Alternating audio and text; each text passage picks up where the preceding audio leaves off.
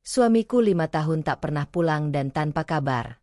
Ternyata begini nasib suamiku sekarang.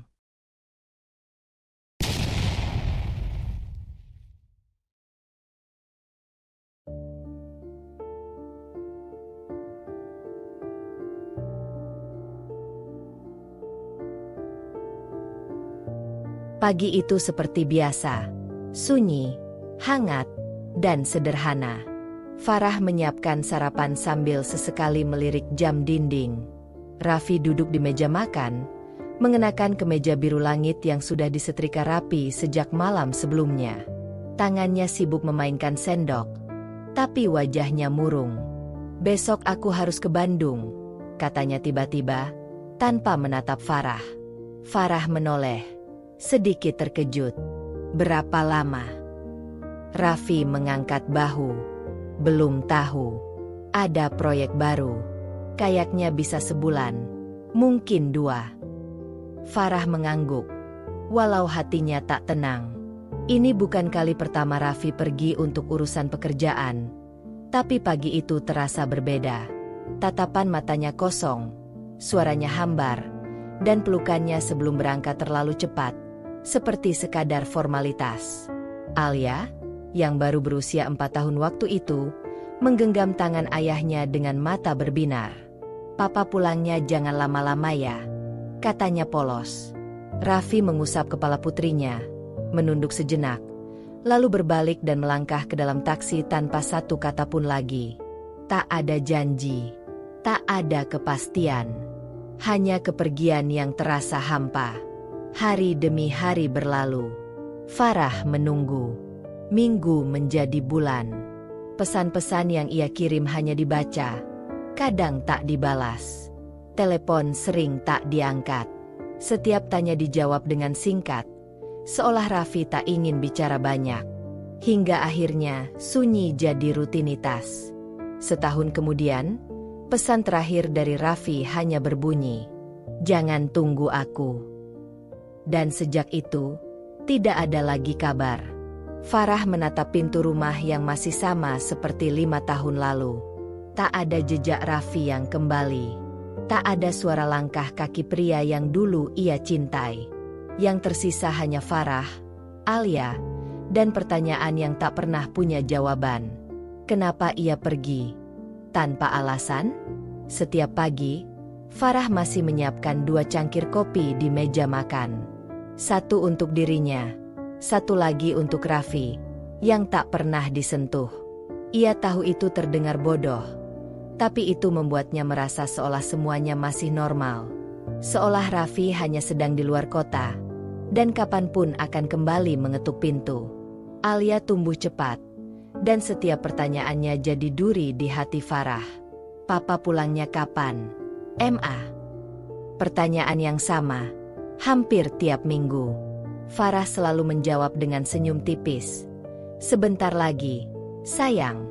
Papa kerja jauh."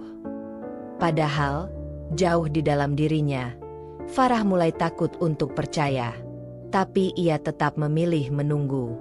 Bukan karena bodoh, tapi karena mencintai terlalu dalam.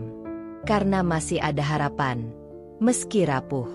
Farah masih menyimpan semua baju Raffi dalam lemari. Tak satu pun ia pindahkan. Ia masih mengisi pulsa nomor Raffi setiap bulan, berharap suatu saat ada panggilan masuk. Ia bahkan menulis surat, bukan untuk dikirim, tapi sekadar meluapkan rindu yang tak bisa ditumpahkan lewat pesan. "Raffi, kalau kamu baca ini, pulanglah. Apapun alasannya, aku masih di sini." Alia tumbuh jadi anak yang manis. Dia mirip kamu. Kamu akan bangga kalau lihat dia sekarang. Surat-surat itu disimpan rapi di laci kamar. Tak pernah dibaca siapapun selain dirinya sendiri. Setiap malam, sebelum tidur, Farah masih menoleh ke sisi ranjang yang kosong. Ia menepuk bantal di sana, lalu menarik selimut dan memeluk tubuhnya sendiri. Keyakinan itu pelan-pelan menjadi kebiasaan. Kebiasaan itu pelan-pelan berubah jadi luka yang diam. Dan tahun pertama itu, meski penuh sunyi, tetap ia jalani dengan satu keyakinan. Raffi akan pulang. Ia pasti akan pulang. Tahun pertama berubah menjadi tahun kedua, lalu tahun ketiga. Dan entah sejak kapan, Farah berhenti menghitung. Hari-hari berjalan seperti jarum jam yang dipaksa terus berputar meski baterainya nyaris habis. Farah menjalani semuanya sendiri, tanpa Raffi, tanpa kabar, tanpa kepastian. Ia bangun paling pagi, menyiapkan sarapan untuk Alia, mengantar ke sekolah, lalu bekerja paruh waktu di toko kue milik tetangga. Sore, ia menjemput Alia, mengajari PR, lalu tidur larut malam setelah mencuci dan menjahit pakaian orang demi tambahan uang. Setiap tugas kecil yang dulu dibagi dua bersama Raffi, kini ditanggung sendiri. Dan yang paling berat bukan pekerjaannya, tapi sepinya. Bukan hanya sepi rumah, tapi sepi batin. Tidak ada lagi tempat untuk bersandar saat hati lelah. Tidak ada suara laki-laki yang menenangkan ketika dunia terasa berat. Hanya dinding rumah dan napasnya sendiri yang jadi saksi perjuangan. Alia tumbuh menjadi anak yang dewasa sebelum waktunya. Ia jarang rewel, dan justru sering memperhatikan ibunya. Pernah suatu malam saat Farah berpikir putrinya sudah tidur, Alia berkata pelan, "Mama capek ya. Aku janji akan jadi anak baik, supaya Mama nggak tambah sedih." Farah menangis diam-diam malam itu.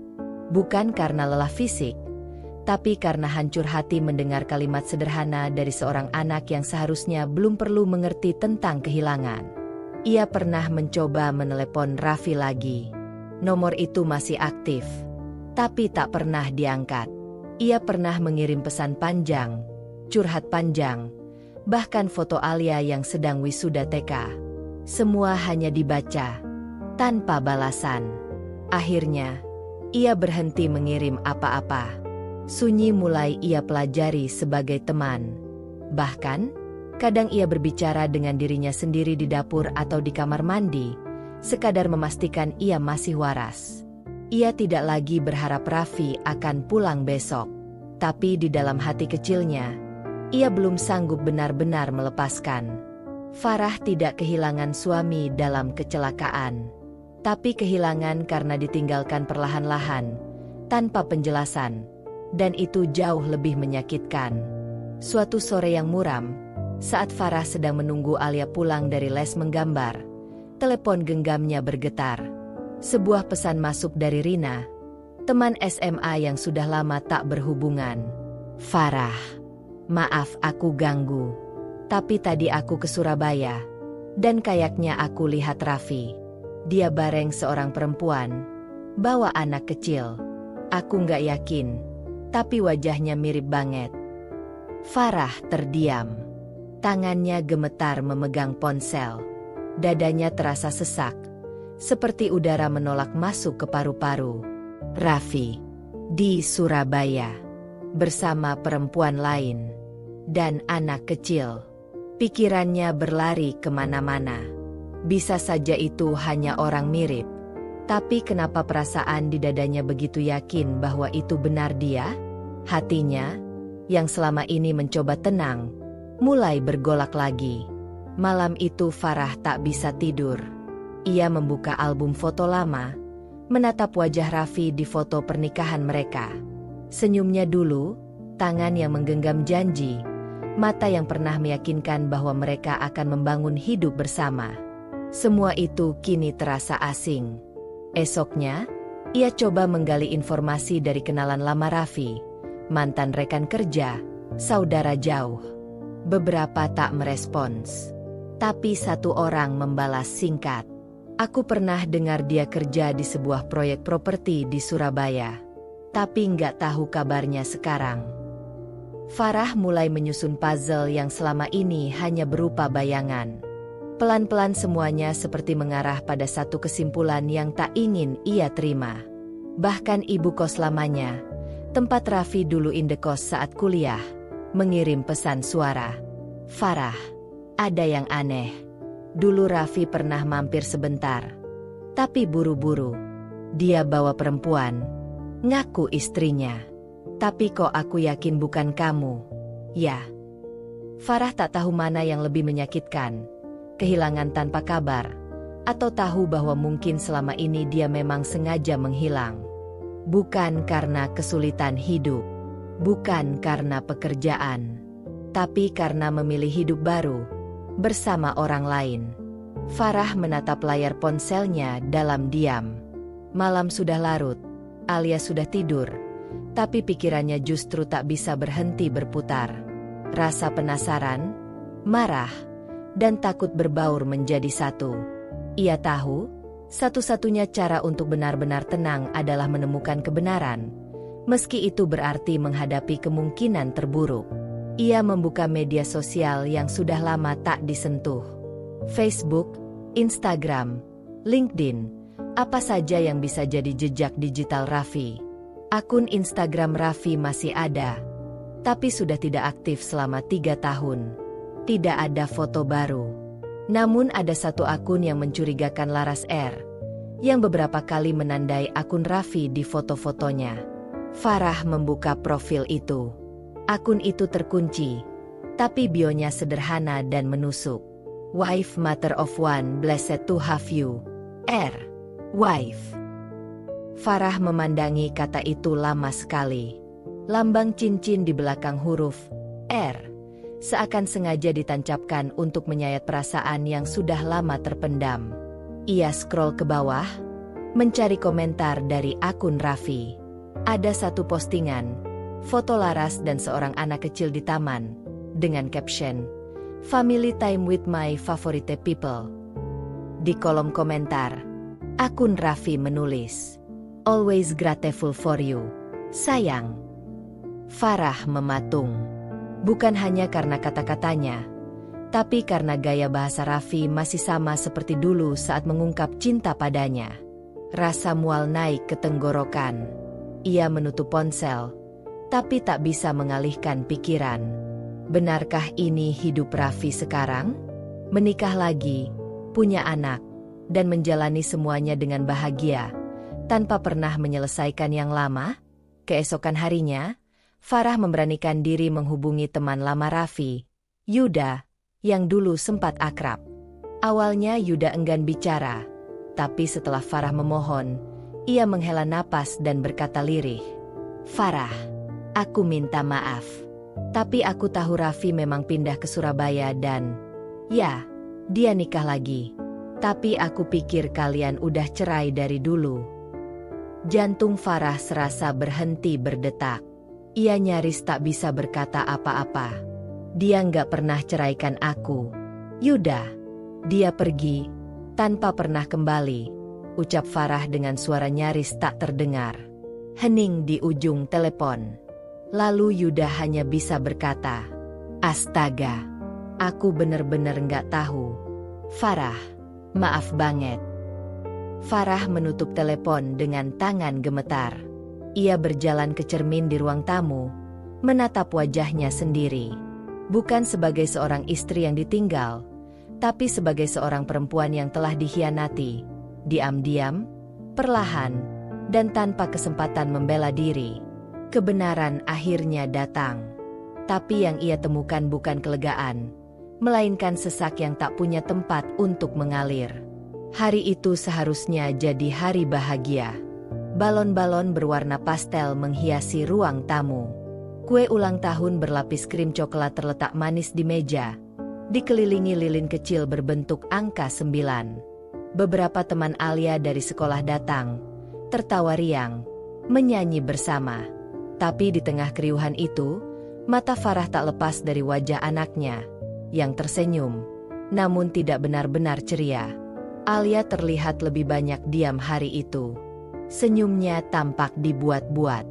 Dan saat semua tamu telah pulang, ketika rumah kembali sunyi, ia duduk di sofa, memeluk boneka kesayangannya, dan bertanya pelan, "Mama, kenapa ayah nggak pernah pulang, ya?" Pertanyaan itu datang seperti pisau yang diselipkan diam-diam ke dalam dada. Farah tercekat. Sudah bertahun-tahun ia menghindari momen ini. Pertanyaan yang selama ini hanya menggantung di mata Alia, kini akhirnya terucap. Farah menarik napas dalam. Ia duduk di sebelah putrinya, meraih tangan kecil yang mulai gemetar. Papa, pergi kerja jauh, sayang. Dan dia belum pulang sampai sekarang. Alia mengerutkan kening. Tapi kenapa nggak pernah kasih kabar? Teman-temanku tadi semua bilang ayah mereka datang pas ulang tahun. Kenapa ayah nggak pernah datang di ulang tahun aku? Farah menunduk. Ingin rasanya berkata jujur. Ingin meluapkan semua amarah dan luka. Tapi ia tahu, terlalu dini untuk membuat Alia memikul beban kebenaran yang belum siap ia pahami. Ia memeluk Alia erat-erat. Kadang, orang dewasa membuat pilihan yang gak selalu bisa dimengerti anak-anak. Tapi Mama janji, Mama akan selalu ada di sini. Untuk kamu. Selalu. Alia mengangguk pelan. Tapi matanya mulai basah. Kalau aku ulang tahun depan, ayah bakal datang gak? Farah tak bisa menjawab. Ia hanya memeluk Alia lebih erat, berusaha meredam tangisnya sendiri agar tak terdengar. Hari ulang tahun itu ditutup bukan dengan tawa, tapi dengan diam yang penuh duka. Karena bagi seorang anak, yang ia butuhkan bukan kado mahal atau pesta mewah, hanya kehadiran. Dan bagi Farah, itulah luka yang paling dalam. Melihat anaknya menanti cinta yang tak pernah kembali. Hari itu Farah tak berniat kemana-mana. Tapi mesin cuci rusak. Dan ia harus membeli selang pengganti di toko peralatan rumah tangga yang ada di pusat perbelanjaan kota. Alia ikut. Berjalan kecil di sampingnya sambil membawa botol minum dan boneka kecil di pelukannya. Mall itu cukup ramai. Farah berjalan cepat sambil melirik daftar belanja di ponsel. Tapi langkahnya terhenti tiba-tiba. Di antara lalu lalang orang, matanya menangkap sosok yang sangat dikenalnya. Raffi. Ia berdiri di dekat gerai pakaian anak-anak. Mengenakan kemeja putih dan celana hitam santai. Wajahnya tampak lebih bersih. Lebih segar dari terakhir kali Farah melihatnya bertahun lalu. Di sebelahnya, seorang wanita cantik mengenakan gamis biru langit sedang tertawa kecil sambil mengelap mulut seorang anak laki-laki kecil yang duduk di kereta dorong. Farah membeku. Suaranya tercekat. Jantungnya berdentum keras di dada. Ia tak bisa berpaling. Seperti ada kekuatan yang menahan seluruh tubuhnya di tempat. Alia menarik-narik tangannya. Mama, kenapa berhenti? Farah buru-buru mengalihkan pandangan dan mengajak Alia masuk ke toko sebelah, bersembunyi di balik rak pajangan. Dari celah rak, ia melihat Raffi menunduk dan mencium kening wanita itu. Lalu menggendong anak laki-laki kecil itu, mungkin sekitar 3 tahun usianya. Anak itu tertawa riang dan memanggil, "Papa, Papa." Kata itu seperti tamparan dingin di wajah Farah. Ia tidak tahu mana yang lebih menyakitkan, melihat Raffi masih hidup seperti tak terjadi apa-apa, atau melihat pria itu kini menjadi suami dan ayah untuk orang lain, sementara dirinya dan Alia hanya dilupakan begitu saja. Farah merasa mual, tapi ia menahan tangis. Ia tak mau Alia melihat air matanya. Ia hanya berkata pelan, "Yuk, kita cari selang cuciannya di tempat lain saja." Alia mengangguk. Mereka berbalik, menjauh. Tapi Farah menoleh sekali lagi. Raffi tertawa. Bahagia. Tak menoleh ke belakang sedikit pun. Dan di saat itulah Farah sadar. Dia memang sudah memilih hidup baru. Tanpa dirinya. Tanpa anaknya. Sejak pertemuan tak disengaja di pusat perbelanjaan itu, Farah tak bisa tidur dengan tenang. Gambar-gambar itu terus terputar di kepalanya. Raffi tertawa, menggendong anak kecil, mencium kening wanita lain. Semua terjadi begitu nyata, seperti mimpi buruk yang tidak bisa ia bangunkan dirinya darinya. Farah tahu ini saatnya berhenti berasumsi. Ia harus tahu kebenarannya dari sumber resmi. Maka ia memberanikan diri datang ke kantor urusan agama. Tangannya gemetar saat menandatangani daftar tamu, Hatinya seperti diperas ketika menyebut nama lengkap Raffi di hadapan petugas. "Maaf, Bu. Maksudnya ingin mengecek status pernikahan?" tanya petugas itu sopan. Farah mengangguk. "Saya istrinya. Suami saya hilang tanpa kabar 5 tahun. Saya cuma ingin tahu apakah dia pernah mengajukan cerai atau..." Petugas itu mengangguk singkat dan mulai mengetik di komputer. Beberapa menit berlalu dalam hening yang menyesakan. Lalu, muncullah data yang membuat tubuh Farah serasa runtuh. Nama, Raffi Nugraha. Status, menikah. Istri, Farah Ramadhani. Tanggal pernikahan, 18 Mei 2013. Tidak ada data cerai. Pernikahan kedua. Nama istri, Laras Puspita. Tanggal pernikahan, 22 Februari 2021. Farah menatap layar itu lama sekali. Wajahnya memucat. Nafasnya tercekat. "Jadi dia menikah lagi, Pak?" tanyanya pelan, seolah masih berharap ini salah. Petugas mengangguk perlahan. "Iya, Bu. Tapi seharusnya tidak bisa menikah secara resmi tanpa surat cerai dari pernikahan pertama. Bisa jadi yang kedua itu pernikahan siri, atau ada manipulasi data." Farah hanya terdiam. Raffi benar-benar telah membangun hidup baru. Menikah lagi. Punya anak. Tapi tak pernah menceraikannya. Tak pernah memberi penjelasan. Hanya menghilang. Lalu berpura-pura ia tak pernah ada. Air mata yang selama ini ia tahan akhirnya jatuh tanpa suara. Ia berjalan pulang seperti mayat hidup. Setiap langkah terasa berat. Setiap napas seperti menabrak dinding. Dalam kepalanya hanya satu kalimat berulang-ulang. "Aku bukan janda. Aku juga bukan istri. Aku hanya ditinggalkan tanpa kejelasan."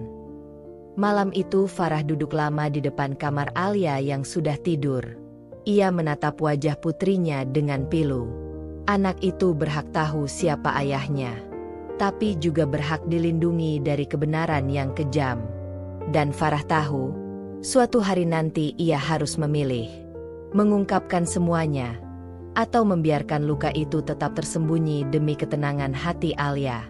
Beberapa hari setelah kunjungannya ke kantor urusan agama, Farah seperti kehilangan arah. Ia tetap menjalani rutinitas. Bangun pagi, menyiapkan sarapan, mengantar Alia ke sekolah, bekerja, lalu pulang. Tapi semua itu kini dilakukan seperti robot, tanpa jiwa, tanpa tenaga yang sebenarnya. Malam hari menjadi waktu paling sulit. Saat rumah hening dan Alia telah tidur, semua emosi yang ia tekan sepanjang hari meledak dalam diam. Ia duduk di ujung ranjang sambil menatap foto pernikahan yang sudah lama disimpan dalam laci. Jemarinya menyentuh wajah Raffi dalam foto itu. "Kenapa kamu tega, Vi?" bisiknya nyaris tak terdengar. "Kenapa kamu nggak bilang kamu udah nggak cinta? Kenapa kamu pergi gitu aja?" Tangisnya pecah. Kali ini ia tak bisa menahannya. Isak tangisnya menggetarkan bahunya, dadanya, hatinya yang sudah lama retak tapi tak pernah diakui pecah. Sangat marah, tapi juga sangat hancur. Dan anehnya, masih ada cinta di sudut hatinya yang paling dalam. Itu yang paling menyakitkan. Ia membenci Raffi karena pengkhianatannya, karena penelantarannya, karena pengecutnya. Tapi ada bagian dari dirinya yang masih mengingat Raffi sebagai suami yang dulu pernah menyeka air matanya, yang menyuapi dia bubur saat sakit, yang pernah memeluknya erat dan berkata, "Aku nggak akan kemana-mana." Ternyata dia pergi. Dan Farah yang tertinggal, sendirian, dipaksa kuat padahal jiwanya rapuh. Suatu malam, ia duduk di lantai kamar mandi sambil menahan napas panjang.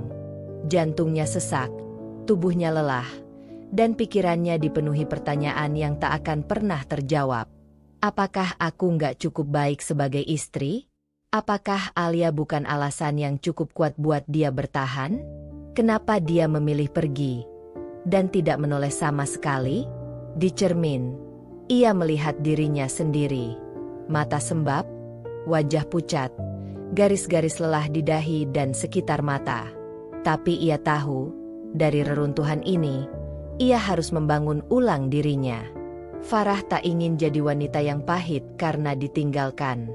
Ia ingin jadi ibu yang tetap utuh, walau hatinya tidak lagi lengkap.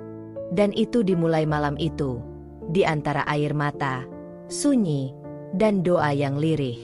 Setelah berminggu-minggu dilanda gejolak batin, Farah akhirnya mengambil keputusan yang paling sulit dalam hidupnya, menemui Laras. Ia tak ingin membuat keributan. Ia tak berniat menghancurkan rumah tangga orang. Tapi ia merasa harus ada yang diberitahu, karena jika Laras benar-benar tidak tahu bahwa pernikahannya dibangun di atas kebohongan, maka perempuan itu juga sama-sama korban seperti dirinya. Farah menunggu di sebuah kafe kecil dekat taman kota, tempat yang ia tahu tak banyak orang mengenalnya. Ia mengirim pesan singkat pada Laras lewat akun media sosial. "Saya Farah, istri pertama Raffi. Kita perlu bicara. Saya tidak akan membuat masalah, hanya ingin bicara baik-baik. Jika kamu memang tidak tahu kebenarannya, kamu berhak tahu. Saya tunggu di kafe taman pukul 3 sore." Ia tidak berharap banyak, tapi 1 jam kemudian, Laras membalas, "Saya akan datang. Tolong jangan marah duluan. Saya juga ingin tahu apa yang sebenarnya terjadi." Dan benar, tepat pukul 3, Laras datang. Ia terlihat gugup, matanya sembab. Farah berdiri pelan, menyambutnya tanpa senyum, tapi juga tanpa dendam. Mereka duduk berhadapan, hanya ada secangkir teh dingin dan segelas air putih di antara mereka. "Terima kasih sudah datang," ucap Farah pelan. Laras mengangguk kaku. "Saya juga ingin dengar dari Mbak langsung. Jujur, saya bingung. Raffi bilang dia duda. Sudah cerai dari lama. Saya nggak pernah cek apa-apa. Saya percaya aja." Farah membuka tasnya, mengeluarkan salinan data dari kantor urusan agama. "Ini catatan pernikahan saya dan Raffi. Kami menikah 2013. Sampai hari ini, belum pernah ada proses cerai. Sama sekali." Laras memandang dokumen itu dengan mata membesar. Tangannya gemetar saat menyentuh kertas itu. Enggak mungkin," gumamnya. "Dia janji. Dia bilang semua sudah selesai secara hukum. Saya enggak pernah tahu." Farah mengangguk pelan. "Saya enggak datang ke sini untuk menyalahkan kamu, Laras. Saya tahu kamu mungkin juga nggak tahu apa-apa. Tapi kamu berhak tahu kamu dinikahi oleh pria yang belum pernah menceraikan istri pertamanya. Itu bukan salah kamu. Tapi kamu sekarang punya pilihan." Laras menunduk. Air matanya mulai jatuh. Aku pikir aku istri sah. Aku pikir hidup kami ini benar. Tapi ternyata aku yang selama ini salah tempat." Farah menatap Laras dengan mata penuh luka yang tak lagi bisa disembunyikan. "Aku ditinggal 5 tahun. Tanpa pesan. Tanpa kabar. Lalu suatu hari aku lihat dia, tertawa bahagia sama kamu dan anak kalian. Sementara aku harus menjawab pertanyaan Alia setiap ulang tahun. Kenapa ayah nggak pernah pulang?" Laras terisak. "Mbak, aku bener-bener nggak tahu. Aku kira dia hanya membawa luka masa lalu." Farah menghela napas. "Kita sama-sama perempuan, Laras. Kita sama-sama ibu. Kita sama-sama disakiti oleh laki-laki yang sama, tapi dengan cara yang berbeda." Perbincangan mereka berakhir dengan hening. Tapi hening yang tidak lagi menggantung, melainkan menggugah. Tak ada teriakan, tak ada drama. Hanya 2 perempuan, 2 ibu, yang menyadari bahwa mereka telah menjadi korban dari satu kebohongan besar. Dan kadang, kebenaran tak membebaskan, ia justru membakar. Tapi dari abu itulah mereka akhirnya bisa memilih. Tetap diam dalam luka, atau bangkit untuk membebaskan diri. Setelah pertemuannya dengan Laras, Farah memberanikan diri menghubungi Raffi. Ia tahu, tak akan ada damai di dalam dirinya jika ia tidak mendengar langsung dari mulut pria itu. Pria yang dulu bersumpah akan menjadi suaminya seumur hidup. Awalnya, pesan-pesannya tidak dibalas. Telepon tak dijawab. Sampai akhirnya, Farah mengirim satu kalimat pendek yang akhirnya membuat Raffi merespons. Kalau kamu masih punya harga diri, temui aku sekali saja. Demi Alia. Raffi hanya menjawab, besok, tempat biasa. Farah tahu yang dimaksud. Warung kopi kecil tempat mereka dulu sering bertemu semasa pacaran. Ironis. Dulu tempat penuh kenangan manis, kini akan menjadi tempat peluruhan semua kepalsuan. Ketika Farah datang, Raffi sudah menunggu. Duduk dengan tangan menyilang. Wajahnya tegang dan dingin. Tidak ada sapaan hangat. Tidak ada rasa bersalah di matanya. Apa maumu, Farah? Katanya langsung. Farah menatapnya lurus. Kita belum pernah cerai. Tapi kamu sudah menikah lagi. Punya anak. Hidup seolah aku dan Alia nggak pernah ada. Raffi menghela napas. Aku pikir kamu sudah tahu semua itu dan sengaja tidak mempermasalahkan. Kamu pikir aku sengaja diam karena ikhlas? Bukan karena kamu hilang tanpa kabar? 5 tahun. Raffi. 5 tahun. Tanpa satupun pesan, telepon, atau penjelasan. Kamu bahkan tidak pernah melihat Alia tumbuh. Raffi memalingkan wajah. Aku punya hidup baru sekarang.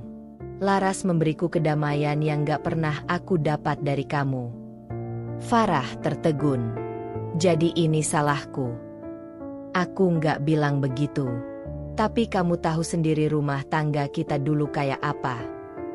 Farah mengetukkan jemarinya di meja dengan gemetar. Rumah tangga mana yang sempurna? Tapi kamu bukan hanya menyerah. Kamu lari. Lalu pura-pura nggak pernah punya anak. Punya istri. Itu pengecut. Raffi. Dan sekarang kamu harus tanggung jawab. Farah. Aku nggak bisa balik. Hidupku sudah beda sekarang. Aku nggak mau hancurin rumah tangga yang sekarang hanya karena kamu tiba-tiba muncul lagi. Farah tersenyum miris. Aku nggak minta kamu kembali. Aku cuma minta kamu jadi laki-laki yang bertanggung jawab. Setidaknya pada anakmu. Raffi menggeleng pelan. Aku nggak bisa janji apa-apa. Farah berdiri. Matanya tajam. Wajahnya dingin. Baik. Maka aku yang akan mengurus semua ini ke pengadilan. Biar kamu tahu, pernikahan bukan cuma soal cinta baru, tapi juga tentang menyelesaikan yang lama dengan hormat. Tanpa menunggu jawaban, Farah pergi. Langkahnya mantap, meski hatinya masih runtuh. Dan di belakangnya, duduk seorang pria yang dulu ia cintai. Kini hanya jadi lelaki asing yang terlalu takut menghadapi akibat dari pilihannya sendiri. Setelah percakapan terakhir dengan Raffi, Farah tahu tak ada lagi ruang untuk keraguan. Ini bukan lagi sekadar urusan hati, tapi soal harga diri dan tanggung jawab. Ia bukan wanita yang ditinggalkan dan diam. Ia adalah ibu yang harus menegakkan keadilan, setidaknya untuk putrinya. Ia mulai dengan mengumpulkan semua dokumen, akta nikah, KTP, bukti bahwa Raffi telah menikah lagi, dan salinan dari kantor urusan agama. Ia berkonsultasi dengan seorang pengacara perempuan yang direkomendasikan temannya, seorang advokat yang biasa menangani kasus-kasus perempuan dan anak. Saya ingin mengajukan gugatan cerai, ujar Farah saat pertama kali bertemu. Dan jika mungkin, saya juga ingin menuntut hak nafkah untuk anak saya. Pengacara itu menatapnya penuh empati. Bu Farah, langkah ibu sudah benar. Kita akan urus semua secara resmi. Dan jika pernikahan kedua Raffi dilakukan tanpa penceraian sah, maka itu termasuk pelanggaran hukum. Sidang demi sidang dimulai. Farah harus duduk di kursi pengadilan, mendengarkan nama lengkapnya dan Raffi disebutkan dengan suara datar oleh hakim. Ia harus menjawab pertanyaan-pertanyaan yang kadang terasa menusuk. Tapi ia tidak lagi menangis. Tidak lagi ragu. Raffi hadir sekali. Itu pun karena dipanggil secara resmi oleh pengadilan. Ia datang dengan ekspresi terpaksa, enggan menjawab dengan jelas, dan mencoba menghindari tanggung jawab soal anak. Saya tidak pernah menafkahi karena saya pikir dia sudah tidak menganggap saya suami, dalihnya di persidangan. Tapi Anda tidak pernah menceraikannya secara hukum, bantah hakim. Dan Anda menikah lagi tanpa proses hukum yang sah. Ini pelanggaran. Proses berjalan beberapa bulan. Berat, melelahkan, menguras energi. Tapi Farah tidak mundur. Ia tahu ini bukan semata soal perceraian.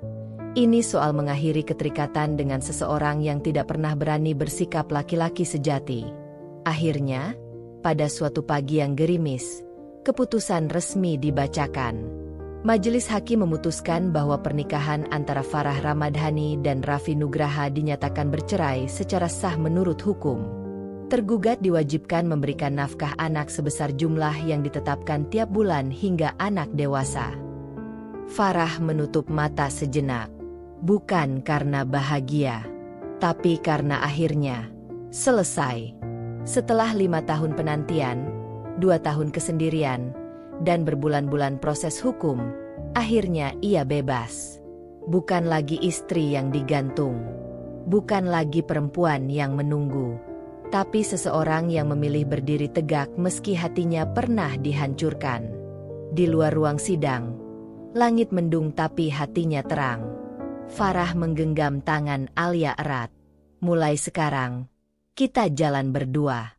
Tapi nggak apa-apa, ya. Alia tersenyum kecil dan mengangguk. Yang penting, Mama nggak sedih lagi. Farah tersenyum. Kali ini tulus. Beberapa minggu setelah vonis perceraian resmi dijatuhkan, Farah mulai kembali menata hidup. Ia memutuskan untuk memperpanjang jam kerja di butik kecil tempatnya bekerja sebagai penjahit. Semangatnya perlahan pulih, meski luka masih menyisakan bekas. Suatu sore, saat Farah sedang menyusun kain-kain pesanan pelanggan, ponselnya berdering.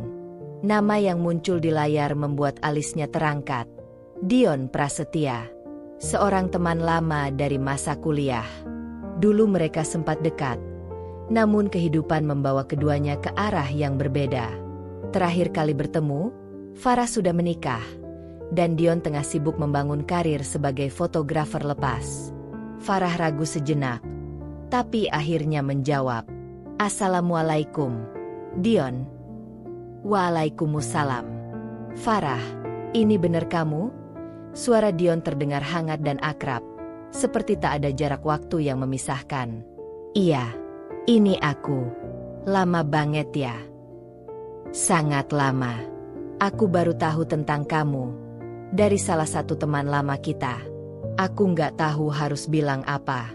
Tapi aku cuma mau bilang, aku salut kamu bisa kuat." Farah terdiam sejenak. Satu kalimat itu seperti menghangatkan bagian hatinya yang sudah lama beku. "Terima kasih, Dion. Kadang aku juga nggak tahu kuat itu datangnya dari mana." Hari-hari berikutnya, Dion mulai rutin mengirim pesan. Tidak berlebihan, tidak menjurus, hanya sekadar memastikan Farah baik-baik saja. Ia sering mengajak Farah dan Alia ke taman untuk sekadar jalan santai atau piknik kecil. Alia langsung menyukai Dion. Mungkin karena Dion selalu punya cara membuat anak kecil tertawa tanpa terlihat memaksa.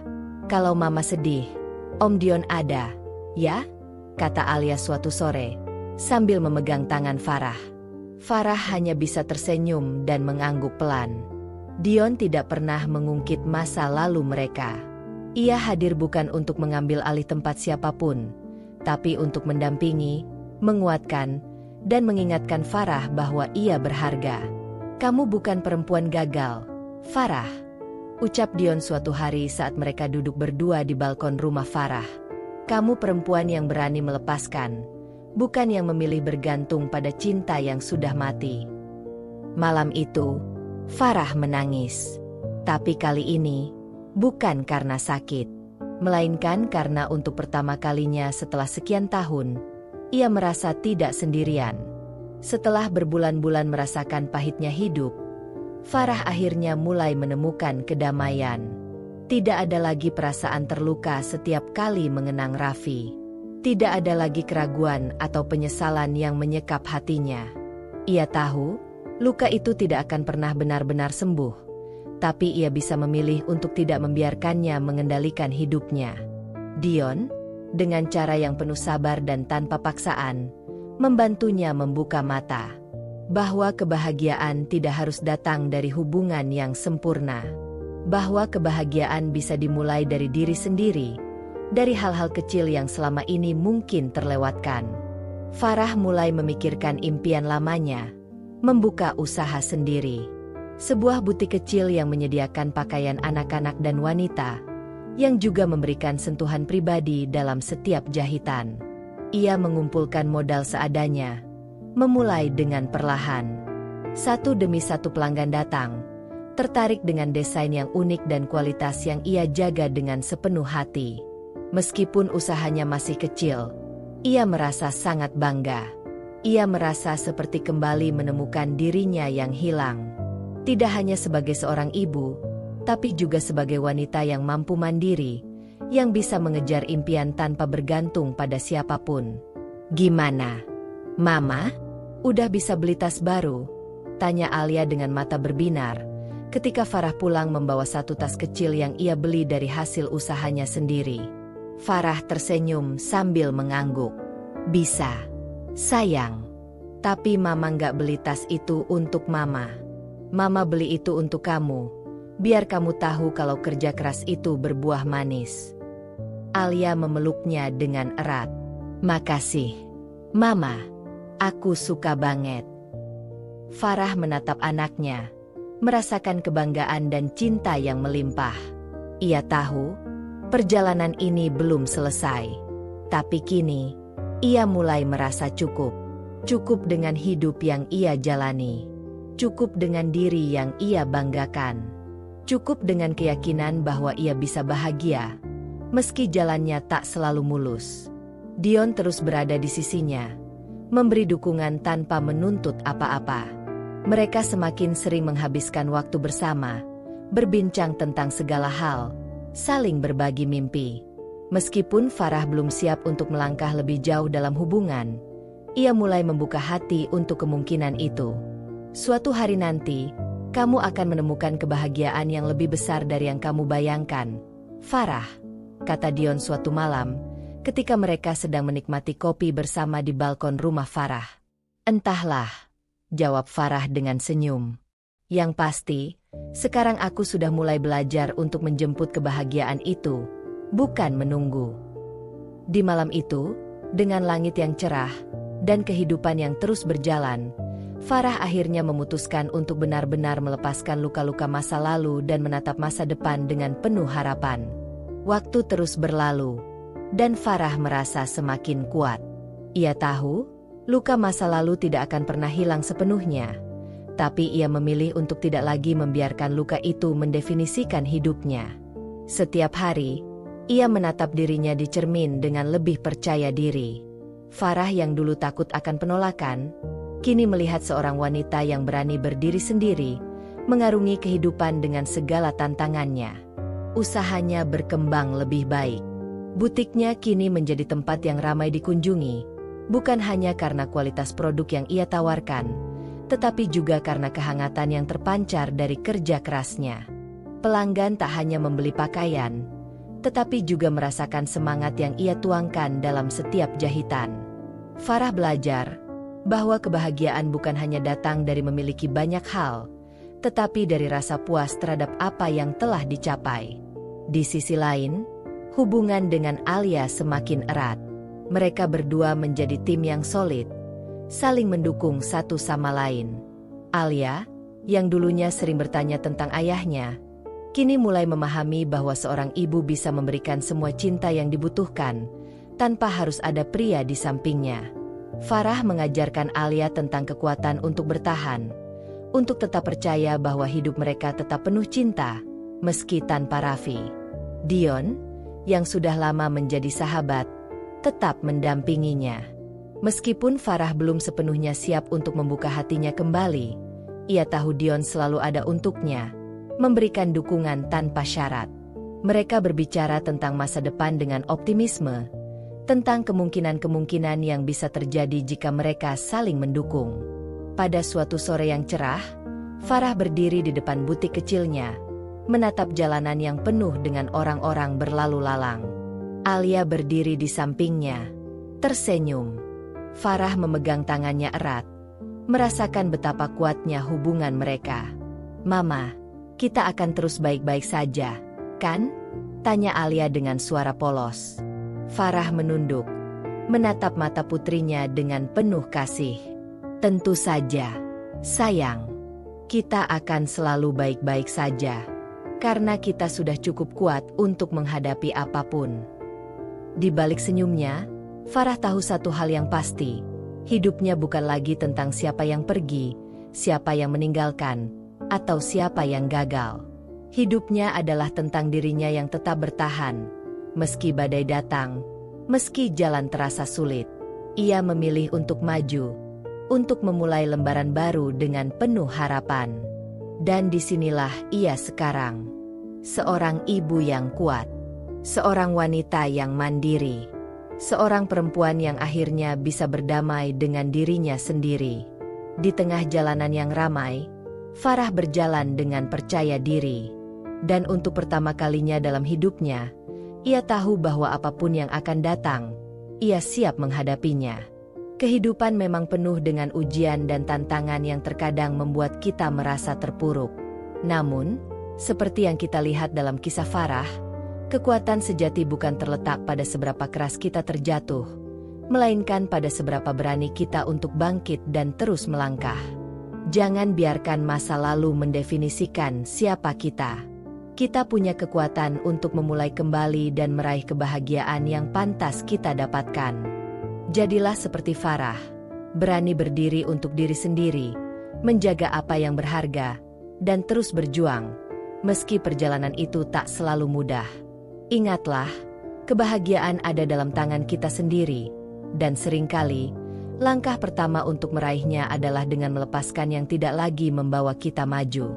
Jika kamu merasa terinspirasi dengan cerita Farah dan ingin terus mendengarkan kisah-kisah yang penuh makna dan pelajaran hidup, jangan lupa untuk klik subscribe dan aktifkan notifikasi.